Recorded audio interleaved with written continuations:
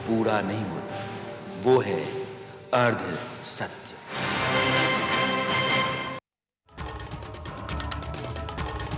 नमस्कार, मैं Rana Yashwant India news पर आपका स्वागत करता हूं और आप देख रहे हैं अर्ध सत्य। पाकिस्तान से आई सीमा हैदर, जो नोएडा के सचिन मीणा के साथ अपने 4 बच्चों को लेकर रह रही है, एजेंसियों की निगाह में अब भी शक और सवालों से परे नहीं है। सीमा पर शक का कारण ये है कि वह बहुत कॉन्फिडेंस से जवाब दे रही है और किसी एक सवाल के जवाब में कई घंटे बाद भी कोई अंतर नहीं आ रहा है। जांच कर रहे अधिकारियों को लगता है कि 5वीं तक पढ़ी एक महिला इस तरह से जांच का सामना नहीं कर सकती। वह बलूच है, सिंध में रह रही है, बलूच बोल सकती है, सिंधी बोल सकती है, लेकिन उसके अलावा हिंदी और अंग्रेजी दोनों ठीक बोल रही है। अगर वह यह कहती है कि सचिन से हिंदी सीखी है, तो जांच करने वाले लोगों को पच नहीं रहा है, क्योंकि सचिन की खुद की हिंदी खराब है। मसला ये भी है कि सीमा, जो कभी बाहर नहीं निकली, वह पाकिस्तान से फ्लाइट पकड़कर यूएई, वहाँ से नेपाल और फिर भारत नेपाल बॉर्डर पर जांच पड़ताल से बचते बचाते हिंदुस्तान में दाखिल होकर नोएडा तक आ गई। यह भी संदेह बढ़ाता है। उसका और उसके बच्चों का पहनावा ठेठ देसी था, ताकि शक की कोई गुंजाइश ना रहे। लगे कि हिंदुस्तानी है, गांव के हैं, इनको जाने दिया जा सकता है।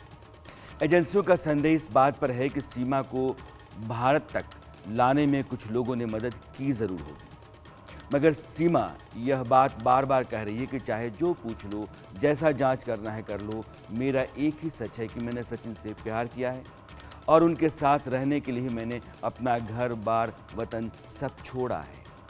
ये सीमा का बयान अभी तक का है, एक लाइन का। नोएडा पुलिस इस बीच सीमा हैदर से मिले सारे डॉक्यूमेंट्स, मसलन आईडी कार्ड, 6 पासपोर्ट यानी कि 2 तो उसके और 4 बच्चों के, उन सब को वेरिफिकेशन के लिए दिल्ली में जो पाकिस्तान का उच्चायोग है वहाँ भेज दिया है। उधर एटीएस को सीमा से मिले मोबाइल की फॉरेंसिक रिपोर्ट का इंतज़ार है। माना यह जा रहा है कि यह सब कुछ सीमा हैदर को पाकिस्तान डिपोर्ट करने के लिए किया जा रहा है, मगर सीमा लगातार यह कह रही है कि वह भले हिंदुस्तान की जेल में ज़िंदगी गुजार दे, लेकिन पाकिस्तान नहीं जाएगी। वहाँ जाने का मतलब है मौत, और यह बात सही भी है। ऐसे में सबसे बड़ा मसला यही है कि सीमा सिर्फ प्रेम दीवानी है या फिर कोई जासूस पाकिस्तानी। अभी तक एजेंसियों के हाथ ऐसा कोई सबूत या सुराग नहीं लगा है जिसके आधार पर उसे जासूस माना जाए या शक करने का कोई कारण बने। कहा यह भी जा रहा है कि अब तक 18 घंटों की पूछताछ का सीमा ने जिस तरह से सामना किया है, उसके बाद एक ही रास्ता है कि उसका पॉलीग्राफ और नार्को भी करा लिया जाए। वैसे इन दोनों टेस्ट के लिए अदालत से मंजूरी की ज़रूरत होती है। सुप्रीम कोर्ट के वकील एपी सिंह सीमा और सचिन से अकेले में मिले। उन्होंने उनसे बात की।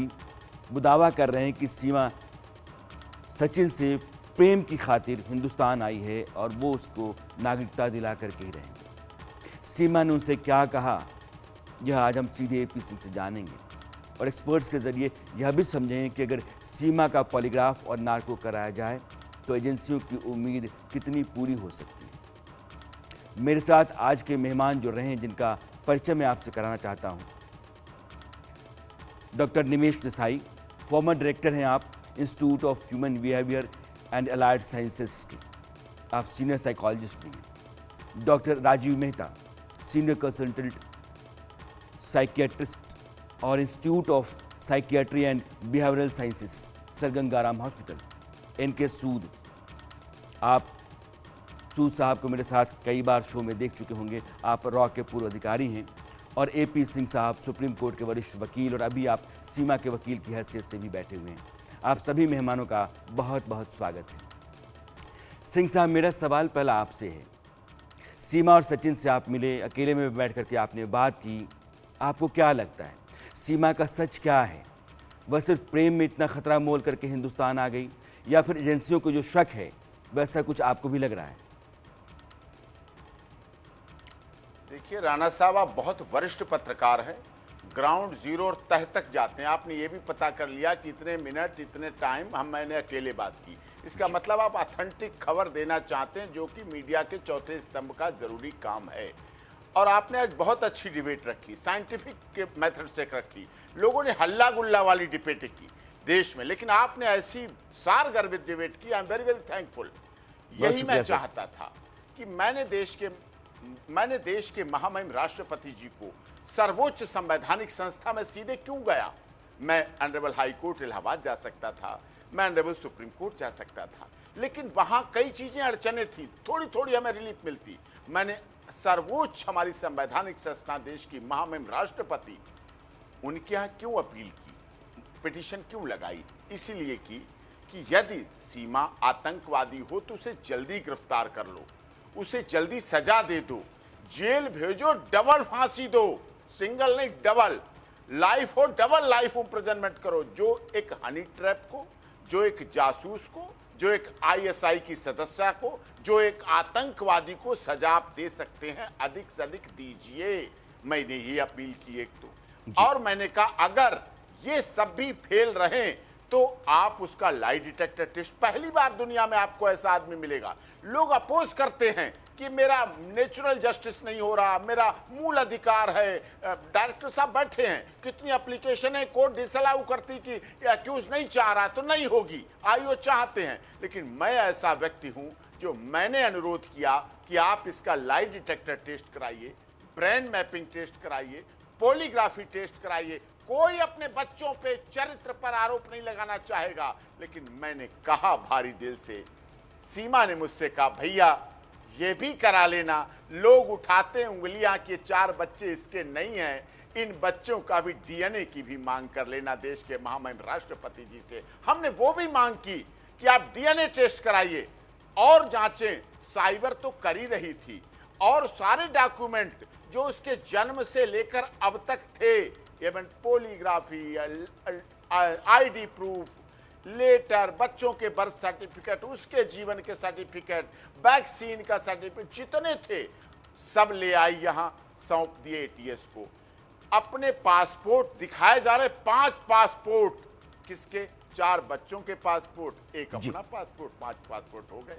दिखाया जाता है 5 फोन बरामद किए, एक अपना फोन, एक बच्चों के पास खेलने के लिए फोन रहता था, एक पुराना टूटा हुआ फोन 3, एक सचिन का फोन 4, एक सचिन के फादर का फोन 5, पांचों फोन बरामद हो गए, दे दिए। आपके पास पाकिस्तान में राजदूत हैं, आपके पास नेपाल में राजदूत हैं, आपके पास दुबई में राजपूत हैं, आपके पास हर जगह सीसीटीवी कैमरे लगे हुए हैं। आप उनका वेरिफिकेशन कराइए, उनकी इंक्वायरी कराइए। वो भारत से पाकिस्तान से भारत आई, वो 2 बार करवा चौथ के व्रत रख चुकी है। इसकी उसके सोशल मीडिया पर पुरानी आईडी में पड़े हैं, सोशल मीडिया 2021 और 22 में पड़े हैं। उसने करवा चौथ का व्रत किया, उसने हिंदू धर्म ग्रहण किया, उसने राणा साहब उसने करवा चौथ की पूजा की और होली दिवाली मनाई, उसने मूर्ति पूजा की। वो पाकिस्तान के लोगों के लिए काफिर बन गई। वो नेपाल आई, वैलिड वीजा, वैलिड, मैं बड़ी जिम्मेदारी के साथ आपके चैनल पे कह रहा हूं। पाकिस्तान से काठमांडू के लिए डायरेक्ट फ्लाइट नहीं है। पाकिस्तान से वो दुबई आई, वैलिड पासपोर्ट वीजा, दुबई से काठमांडू पहुंची वैलिड पासपोर्ट वीजा के आधार पे।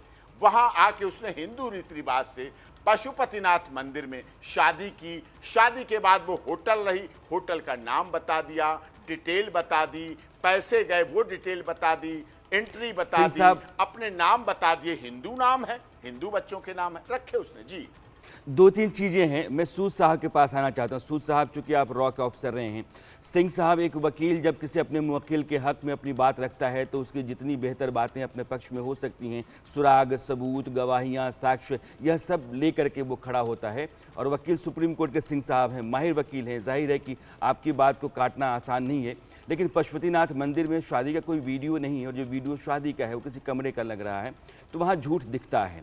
नाम बदलने को लेकर के आप ये अंदेशा जता सकते हैं, कोई आदमी पाकिस्तान से आ रहा है और हिंदुस्तान में घुसना है उसको, तो नाम बदल सकता है क्योंकि उसको हिंदुस्तान के अंदर आना है अपने प्रेम को पाने के लिए। मैंने समझ लिया। लेकिन सूद साहब, चूंकि जब कभी भी किसी एजेंट को तैयार किया जाता है तो उसको बहुत तरीके से आजमाया जाता है और उसकी तैयारी उसी तरीके से की जाती है। सीमा को आप कई दिनों से लगातार टीवी चैनलों पर देख रहे हैं, उसकी बॉडी लैंग्वेज को देख रहे हैं, उसका कॉन्फिडेंस, बोलने का अंदाज, एजेंसीज कहती हैं कभी कभी रोने लगती है, कभी कभी हंसने लगती है। तो बहुत सारे बिहेवियरल चेंजेस धीरे धीरे दिखते हैं, अचानक दिखते हैं। सीमा के भीतर आपको एक जेन्युइन लवर दिखता है, सही में प्रेम की खातिर वो इतना जोखिम लेकर के आ गई, या उसके जो बिहेवियरल एस्पेक्ट्स हैं उसमें कहीं ना कहीं कोई अंदेशा पैदा होता है आपको? देखिए, मैं आपको राणा साहब देखिए, आपको मुबारकबाद उसके दूंगा कि अंदर- आपने इशू उठाया, बड़े अच्छे तरीके से उठाया। और दूसरी बात, मैं सिंह साहब को मुबारकबाद दूंगा जिस तरीके से उन्होंने इसका केस उठाया। शायद यहाँ पे 2, 3 या 4 लोग आए होंगे टीवी चैनल पे जो ढंग की बात करते होंगे, अदरवाइज हो हल्ला मचता रहता है। मैंने टीवी में कोई प्रोग्राम नहीं देखा, लेकिन मैंने टीवी की डिबेट से पार्टिसिपेट किया, कम से कम 15-16 डिबेट में पार्टिसिपेट किया। बार बार लोग ये कहते हैं कि सीमा आईएसआई एजेंट है, बार बार ये लोग कहते हैं वो झूठी है। लेकिन मैं आपको बड़ी क्लियर बात बताऊंगा अपने एक्सपीरियंस से। 38 ईयर का मेरा एक्सपीरियंस है रॉ के अंदर। रॉ के साथ मेरा पाकिस्तान का एक्सपीरियंस है, मैंने क्लोजली पाकिस्तान को देखा है, साथ में मैं नेपाल के अंदर भी रहा हूँ। मैं अपने एक्सपीरियंस के हिसाब से पक्के तरीके से कह सकता हूँ कि सीमा आईएसआई की एजेंट नहीं है। अगर ये एजेंट होती आईएसआई की तो आईएसआई उसको बड़े प्रॉपर तरीके से तैयार करती। जैसे भी आपने केस देखा होगा अंजू का, इसके केस में एक वहम पड़ता है कि क्या अंजू को पाकिस्तान ने बुलाया, आईएसआई ने बुलाया वहां पे एक प्रॉपर तरीके से, ताकि सीमा हैदर के केस को निगेट किया जा सके या इसके खिलाफ एक तो बोहरा तैयार किया जा सके। और सीमा हैदर का जिस तरीके से मीडिया ने एक उसकी इंक्वायरी की है, किसी भी आदमी को अगर फेस करना पड़ता है मीडिया को, या अगर उसको फेस करना पड़ता है एजेंसीज को, तो घबराहट तो हो ही जाती है, बहुत सी बातें हैं। लेकिन देखिए, कोई ऑपरेशन होता है अगर आईएसआई का, वो टूटा फूटा ऑपरेशन नहीं होता। 5 पासपोर्ट लाना, 4 बच्चे लाना, अपना मोबाइल लेके आना, ये लाना, ये कोई चीज नहीं दर्शाती। सीमा अगर इंडिया के अंदर आई, जरूर पाकिस्तान से अपना नेपाल पहुंची। नेपाल से इंडिया में आना कोई मुश्किल बात नहीं है, यहाँ से बहुत से टेररिस्ट भी आए हैं पहले। और इसके ऊपर जो हमारी एजेंसीज होती यानी है, कि वो मेरे दो मेहमान हैं, एपी सिंह साहब और सूद साहब, दोनों की राय कमोबेश एक सी बनती है। सिंह साहब कहते हैं कि आपको जितना टेस्ट कराना हो करा लो, वो पॉलीग्राफ का हो, नार्को का हो, साइकोलॉजिकल टेस्ट हो, जितने टेस्ट होते हैं सच जानने के लिए आप करा लो। लेकिन अगर वो जासूस नहीं निकलती है तो हिंदुस्तान में रहने देने और नागरिक बनाने का पूरा अधिकार बनता है। सूद साहब को लगता है कि चूंकि आप रॉ में रहे हैं और पाकिस्तान, नेपाल, हिंदुस्तान सब जगह आपने काम किया है, आईएसआई के एजेंट जिस तरीके से बिहेव करता है, उसका जो बिहेवियरल अप्रोच होता है वैसा आपको दिखता नहीं है। अब दो चीजें, दोनों माहिर लोग, आप मेरे साथ आज चारों मेहमान मेरे माहिर हैं अपने अपने फील्ड के, और मैं आज अपने शो के साथ बहुत बेहतर महसूस कर रहा हूं कि मैं इस देश में जो हो हल्ला हंगामा है, एक भेड़ चाल सी होती है कि 4 पासपोर्ट, 5 पासपोर्ट मिल गए, इतने मोबाइल मिल गए। एक महिला अपने बच्चों के साथ वतन छोड़ के, घर बार छोड़ करके हिंदुस्तान आती है, तो वह भी जोखिम ले रही है, तो उसके जोखिम को भी इंसानियत के लिहाज से बराबर तरीके से देखा जाना चाहिए। अगर वो दोषी है तो दोषी हिंदुस्तान की अदालतें, एजेंसीज देंगी। लेकिन 2 टेस्ट हैं जिसका जिक्र कर रहे थे सिंह साहब, एक पॉलीग्राफ का टेस्ट होता है, एक नार्को टेस्ट होता है। मैं दोनों मेहमानों के पास आना चाहता हूँ, मेरे पास 2 डॉक्टर्स हैं। मैं ये बताना चाहता हूँ कि पॉलीग्राफ और नार्को क्या होता है। पॉलीग्राफ और नार्को जैसे टेस्ट आप उसको समझते हैं, उनको ये टेस्ट दरअसल इनके ज़रिए किसी भी आदमी का सच जानने में कितनी कामयाबी मिल सकती है, यही तय होता है। मगर मेहमानों से बात करने से पहले एक ब्रीफ मैं आपको देना चाहता हूं कि ये नार्को टेस्ट क्या होता है और पॉलीग्राफ क्या है। पॉलीग्राफ टेस्ट ऐसा टेस्ट है जिसमें ना इंजेक्शन की ज़रूरत होती है, ना इंसान को बेहोश करने की। यह इस बात की जांच है कि आप जो सामने कह रहे हैं और आपके शरीर के अंदर जो हलचल हो रही है उसमें अंतर है या नहीं है। इसमें जो मशीनें लगाई जाती हैं वो ब्लड प्रेशर को, नब्ज़ को, सांस के चलने के पैटर्न को, पसीना को, ब्लड फ्लो को, इन सबों को मापती हैं और फिर उनको कोरिलेट करके, एनालाइज करके और बताती हैं कि ये आदमी जो दिख रहा है, जो बोल रहा है, और उसके भीतर जो बॉडी रिएक्ट कर रही है, दोनों में अंतर है। अब सवाल पूछा गया, सामने वाले ने सामान्य चेहरे के साथ जवाब दिया, आपको कहीं से कोई शक नहीं होता है। लेकिन सवाल जब दिमाग तक गया, उस समय उसका ब्लड फ्लो और ब्लड प्रेशर कैसा है, अंदर घबराहट हो रही है या नहीं, मशीन यह सब परखती रहती है। पॉलीग्राफ मशीन में सेंसर लगे हुए होते हैं, सारे कंपोनेंट होते हैं। इन सभी सेंसर्स को एक साथ मेजर करके किसी व्यक्ति के साइकोलॉजिकल रिस्पॉन्स को जाना जाता है। ये पॉलीग्राफ टेस्ट है।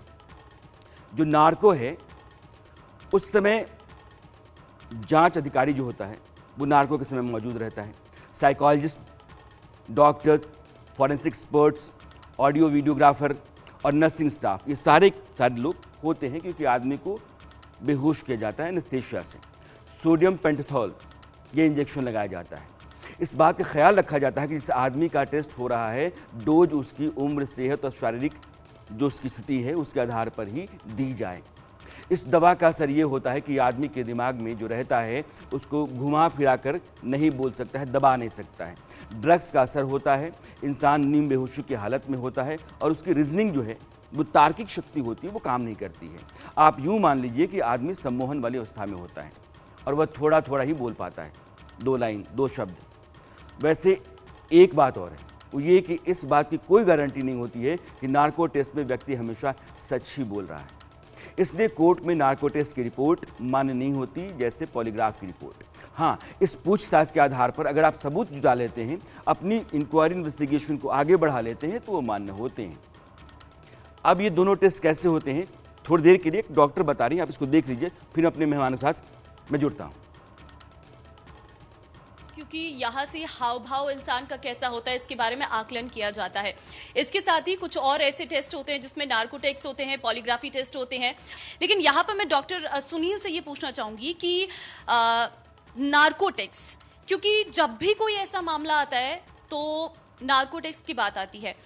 क्या है नार्को टेस्ट? देखिए, नार्को टेस्ट ऐसा है कि इसमें हम एक एनेस्थीसिया की ड्रग्स होती हैं जिनका ग्रुप है बार्बिचुरेट्स।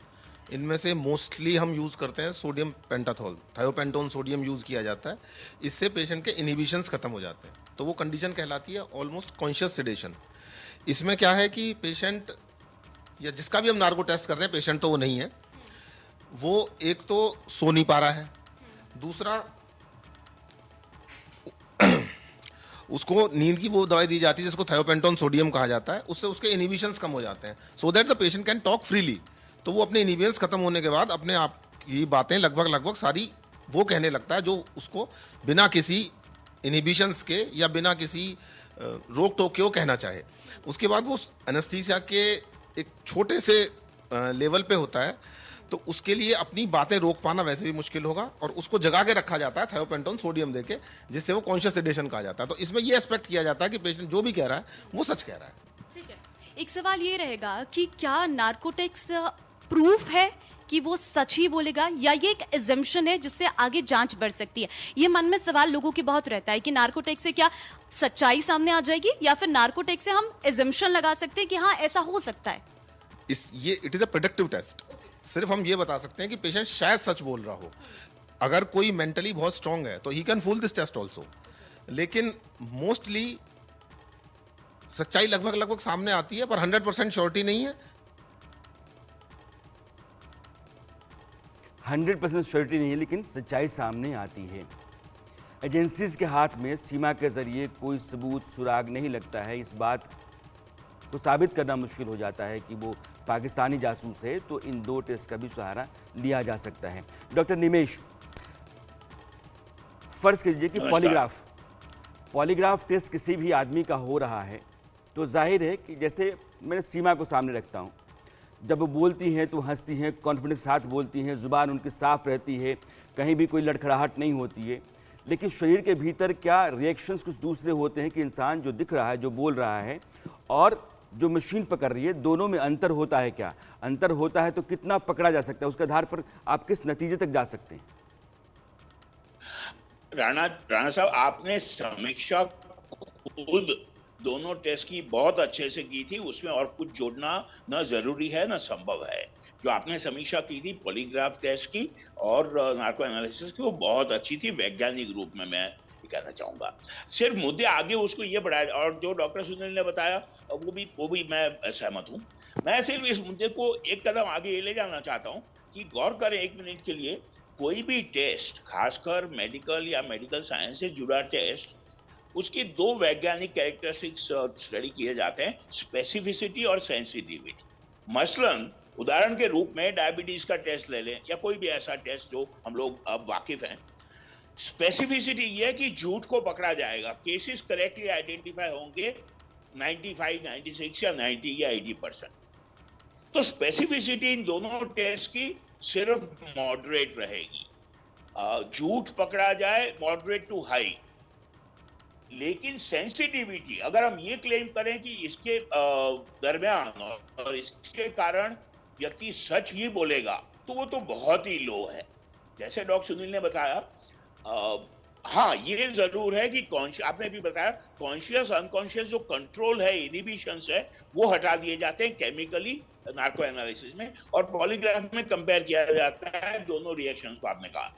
तो एक बार फिर कहना चाहूंगा, झूठ पकड़ा जाए ये संभावना फिर भी मॉडरेट टू हाई मानी जा सकती है, लेकिन सच ही बोलेगा ये बहुत ही लो है। और इसीलिए वैज्ञानिक रूप से और जुडिशरी में इसका जो शब्द प्रयोग है ट्रूथ सीरम अंग्रेजी में, यानी कि पॉलीग्राफ का इस्तेमाल जो है वो जांच को आगे बढ़ाने के लिए हो सकता है, लेकिन पॉलीग्राफ टेस्ट के दौरान जो फाइंडिंग्स हैं वो आपके लिए सबूत नहीं हो सकती हैं। मैं सिंह साहब के पास आऊं, इससे पहले मैं डॉक्टर राजीव से पूछना चाहता हूं। डॉक्टर राजीव, नार्को बहुत सारे केसेस रहे हैं जहां नार्को हुआ है। अभी आफ्ताब का एक केस था, उसमें भी नार्को हुआ था। नार्को में इंसान जिस कंडीशन में होता है, जिस मेंटल स्टेटस में होता है, उस समय जो कुछ वो बोल रहा होता है वो सच के कितना करीब होता है? देखिए क्या होता है कि अगर हम थ्योरीज के अंदर जाएं तो हमारे दिमाग के हम दो हिस्से कहते हैं, एक कॉन्शियस माइंड और एक सबकॉन्शियस माइंड। कॉन्शियस माइंड जो होता है उसके ऊपर हमारा जोर होता है, हम उसको किसी भी तरीके से चलाते हैं, और जब कॉन्शियस माइंड को दबा दिया जाता है तो सबकॉन्शियस माइंड बाहर निकल कर आता है। मतलब वो इनिबिशन जो कॉन्शियस माइंड का है उसको खत्म कर दिया जाता है। तो नार्को एनालिसिस जो है वो थायोपेंटन सोडियम के साथ है, और यही सेम चीज हम बाकी दवाइयों के साथ भी कर सकते हैं। अगर हम देखें तो शराब के साथ भी यही होता है। कहते हैं कि इन वाइने विट्रिस, जो शराब पीने वाला इंसान जब अच्छी तरह इंटॉक्सिकेटेड हो जाता है तो फिर उसके मुंह से सच निकलता है, ऐसा कहा जाता है। तो बेसिकली बात यह है कि ऐसी स्टेज पे चले जाना जहां सबकॉन्शियस माइंड एक्टिव है। बट यही सबकॉन्शियस माइंड कब और कैसे एक्टिव होगा इसका कोई पैरामीटर नहीं है। इंसान उस वक्त ढोंग भी कर सकता है कि उसका सबकॉन्शियस माइंड एक्टिव है। और दूसरा, ऐसे लोग सजेस्टिबल बहुत ज्यादा होते हैं। जैसे जो हिप्नोटिक थेरेपी होती है उसके अंदर क्या होता है कि हम हिप्नोसिस के अंदर ले जाकर इंसान को बहुत ज्यादा सजेशन देते हैं, तो उसके अंदर वो बिहेवियरल चेंजेस आते हैं। तो इसके ऊपर ये भी डिपेंड करता है कि इंटरव्यूअर कैसे क्वेश्चन पूछ रहा है, वो उसको डायरेक्टली इनडायरेक्टली अपने हाँ तो नहीं बुलवा रहा, ना तो नहीं बुलवा रहा। तो कई सारी चीजें हैं इसके अंदर, और ऐसी ही चीजों के अंदर जो स्टोरीज हैं वो सजेशन के कारण आपकी फैब्रिकेट भी की जा सकती हैं, री इन्वेंट भी की जा सकती हैं। तो बहुत सारी चीजें हैं। जैसा कि डॉक्टर देसाई सर ने कहा कि वो सच बोल रहा है ये पक्का नहीं है, पर झूठ बोल रहा है ये कहीं ना कहीं थोड़ा सा पकड़ा जा सकता है। तो बहुत ज्यादा स्पेसिफिसिटी और सेंसिटिविटी नहीं होती इन टेस्ट की। बहुत शुक्रिया। दूसरी बात, जो हम नार्को एनालिसिस कर रहे हैं ये बहुत ही एक नैरो विंडो होती है करने की। अगर थोड़ा सा ऊपर चला गया तो इंसान एनेस्थीसिया के अंदर जाएगा और फिर सो जाएगा, फिर हमें दोबारा से लेना पड़ेगा। तीसरी बात, अकॉर्डिंग टू द रूलिंग 2010 के अंदर सुप्रीम कोर्ट की रूलिंग, मुझे लगता है कि मेरे दर्शकों को आप दोनों डॉक्टर्स ने ठीक से समझाया है कि नार्को और पॉलीग्राफ क्या है और इन दोनों के जरिए सच को किस हद तक जाना जा सकता है, या उसके आधार पर आप अपनी इन्वेस्टिगेशन को, इंक्वायरी को आगे बढ़ा सकते हैं, सबूत हासिल कर सकते हैं। सिंह साहब, अब आपकी भूमिका बहुत बड़ी हो जाती है। मैं अगर वो महिला सिर्फ प्रेम की खातिर मोहब्बत में पड़ के सरहद पार करके एक मुल्क छोड़ करके हिंदुस्तान जैसे एक ऐसे देश के साथ के रिश्ते हमेशा तने रहते हैं वहाँ आ जाती है, तो उसकी मोहब्बत को धीरे-धीरे हजार सलाम है, इसमें कोई दो राय नहीं। लेकिन कुछ बुनियादी सवाल हैं। देश की सुरक्षा के साथ कोई भी लापरवाही नहीं बरती जा सकती है। एक महिला जो आती है वो अपना मोबाइल नेपाल का सिम जो पाकिस्तान का है नेपाल में फेंक देती है, मोबाइल पाकिस्तान का नेपाल में तोड़ देती है, नेपाल में रहती है तो गलत नाम से रहती है, नाम बदल के रहती है। जब वो सरहद पार करती है तो इस बात की पूरी कोशिश करती है कि मुझसे पूछताछ हुए बगैर मैं गच्चा दे करके निकल जाऊं। तो ये सारी चीज़ें जो हैं कहीं ना कहीं सीमा पर एक शक और सवाल पैदा करती हैं। सिंह साहब, अंडर ऑब्जर्वेशन रखकर समय दिया जा सकता है। बिल्कुल, आपने बहुत सही, मुझे बोलना है। जी जी जी सिंह साहब, बिल्कुल आपने सही जवाब मुझसे मांगे हैं और बिल्कुल सही है। मोबाइल फोन उसने तोड़ा नहीं, टूट गया बच्चे से, वो बता चुकी है। एक बात, मैं यही तो कह रहा हूँ, आज तो आपने ऐसी डिबेट करके मेरी भी नॉलेज अपडेट कर दी। 26 वर्षों की वकालत में ऐसी डिबेट नहीं रखी गई राणा साहब जो आपने रखी है। बहुत शुक्रिया सर। थैंकफुल का तो एकेडमिक डिस्कशन कर दिया आपने, एकेडमिक डिस्कशन, और देश के वकीलों, न्यायाधीशों, जांच एजेंसियों, सबके लिए आपकी चर्चा लैंडमार्क जजमेंट बनेगी, पढ़ देखी जाएगी। अब मेरा कहना है जो जांच के तरीके हों, आप सीबीआई से जांच कराइए। अब मेरा अगला काम है एनआईए से जांच कराइए, आप रा से जांच कराइए, आईवीसी जांच कराइए, जहां से जांच कराने हो। आप 2 नहीं 4 ऑनरेबल न्यायाधीश सुप्रीम कोर्ट, हाई कोर्ट के रिटायर्ड जजेस से कराइए। ठीक, आप एक सीएफएसएल में डायरेक्टर होते हैं, एक से नहीं, आप 5 सीएफएसएल लैब के डायरेक्टर को बुलाइए, उनका पैनल बनाइए, उनके सामने जांच कराइए। मैं तो पहले से कह रहा हूं, लेकिन जांच करा लीजिए। अंधे प्यार को स्वीकार करना पड़े, ये भी ध्यान रखिए। लैला मजनू, शीरी फरियाद, हीर रांझा का इतिहास भी हमने देखा है। गाना हमने सुना है, 7 समंदर पार मैं तेरे पीछे पीछे आ गई, ओ जुल्मी तेरी जान तेरे कदमों के नीचे आ गई। इस गाने का भी थोड़ा महत्व रखिएगा। प्यार अंधा होता है, थोड़ा ये भी रखिएगा। और प्यार में राणा साहब, युद्ध में और राजनीति में थोड़ा बहुत तो चल जाता है, उसको भी स्वीकार कर लीजिएगा। थोड़ा बहुत चल जाता है। मेरा ये कहना है। सूद साहब, मैं एक बात जानना आतंकवादी हो, कठोर दंड दो। सारा डिफरेंशिएशन वहीं पर ये होना है कि प्यार कौन से देश के प्रति है या इंसान के प्रति है।